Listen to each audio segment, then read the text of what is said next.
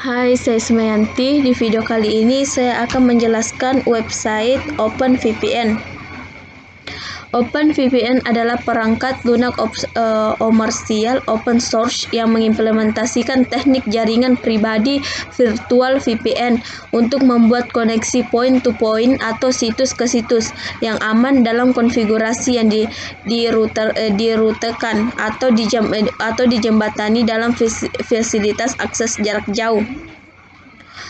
OpenVPN memungkinkan rekan atau mengotentikasi satu sama lain menggunakan kunci rahasia, sertifikat, atau nama pengguna atau kata sandi yang dibagikan sebelumnya. OpenVPN telah porting yang disematkan ke beberapa sistem, misalnya DD-WRT memiliki fungsi server OpenVPN, Software VPN, server VPN multi protokol juga memiliki implementasi protokol OpenVPN. Di dalam OpenVPN saya akan menjelaskan 3 aspek penting. Yang pertama, arsitektur, kedua, platform, dan yang ketiga, edisi. Arsitektur memiliki poin, yaitu yang pertama enkripsi, autentikasi, jaringan, keamanan, dan kemungkinan diperpanjang. Saya akan menjelaskan yang pertama, enkripsi. OpenVPN menggunakan perpustakaan OpenSSL untuk menyediakan enkripsi data dan saluran kontrol.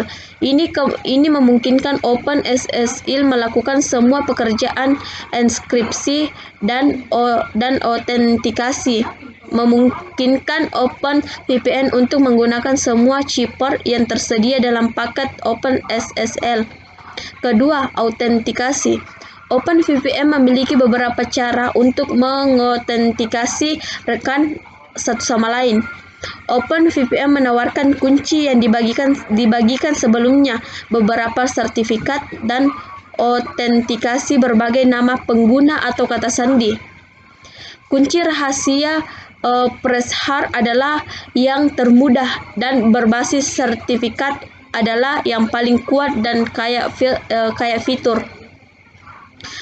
Yang ketiga, jaringan. OpenVPN dapat berjalan di atas protokol User Datagram Protocol atau Transmission Control Protocol atau multiplex yang dibuat terowongan SSL yang satu port TPC atau UDP. Ketika OpenVPN menggunakan Transmission Control Protocol mengangkut untuk membangun sebuah terowongan, kinerja akan dapat diterima hanya selama ada bandwidth berlebih yang memadai pada tautan jaringan tidak terowongan untuk menjamin bahwa pengaturan waktu TCP yang disalurkan tidak kadaluarsa. Jika ini menjadi tidak benar, kinerja turun secara dramatis, dikenal sebagai masalah TPC meltdown. Keempat, keamanan. OpenVPN menawarkan berbagai fitur keamanan internal. Ini beberapa enkripsi 256 per byte melalui perpustakaan OpenSSL. Meskipun beberapa penyediaan layanan mungkin menawarkan tarif yang lebih rendah, secara efektif menyediakan beberapa VPN tercepat yang tersedia bagi konsumen. Yang kelima, yaitu kemungkinan diperpanjang.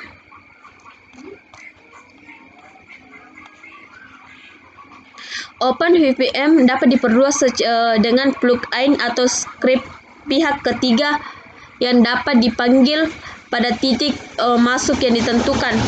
Tujuannya adalah untuk memperluas OpenVPN yang dengan perancangan yang lebih maju. Autentikasi yang disempurnakan dengan nama pengguna dan data sandi.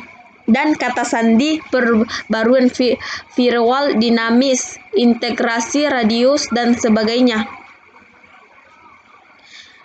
Ada beberapa contoh plug-in tersebut termasuk plug-in autentikasi RAM.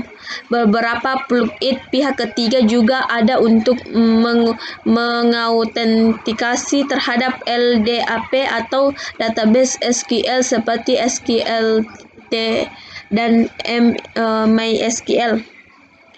Kemudian platform. Ini tersedia dari Saluri, Linux, OpenBSD, FreeBSD, dan lain-lain. OpenVPN tersedia untuk sistem operasi ponsel termasuk MAMO, Windows Mobile.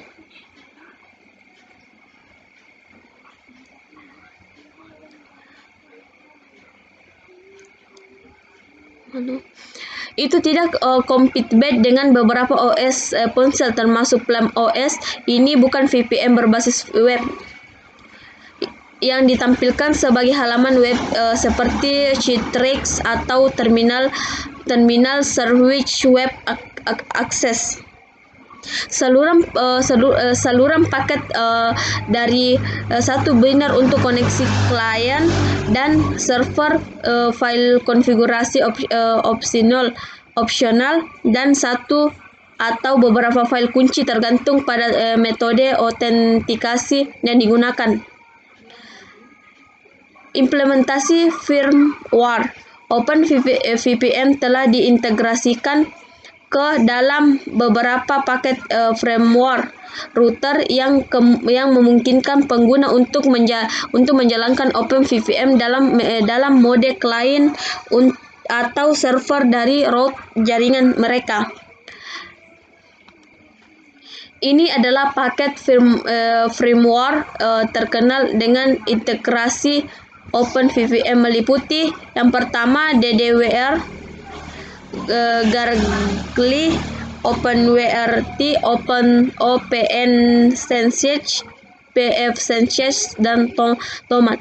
OpenVPN juga telah diterapkan di beberapa firmware router pabrikan. Implementasi perangkat lunak. OpenVPN telah diintegrasi ke dalam software VPN, server VPN multi-protokol OpenServer untuk memungkinkan pengguna terhubung ke server VPN dan klien OpenVPN yang ada.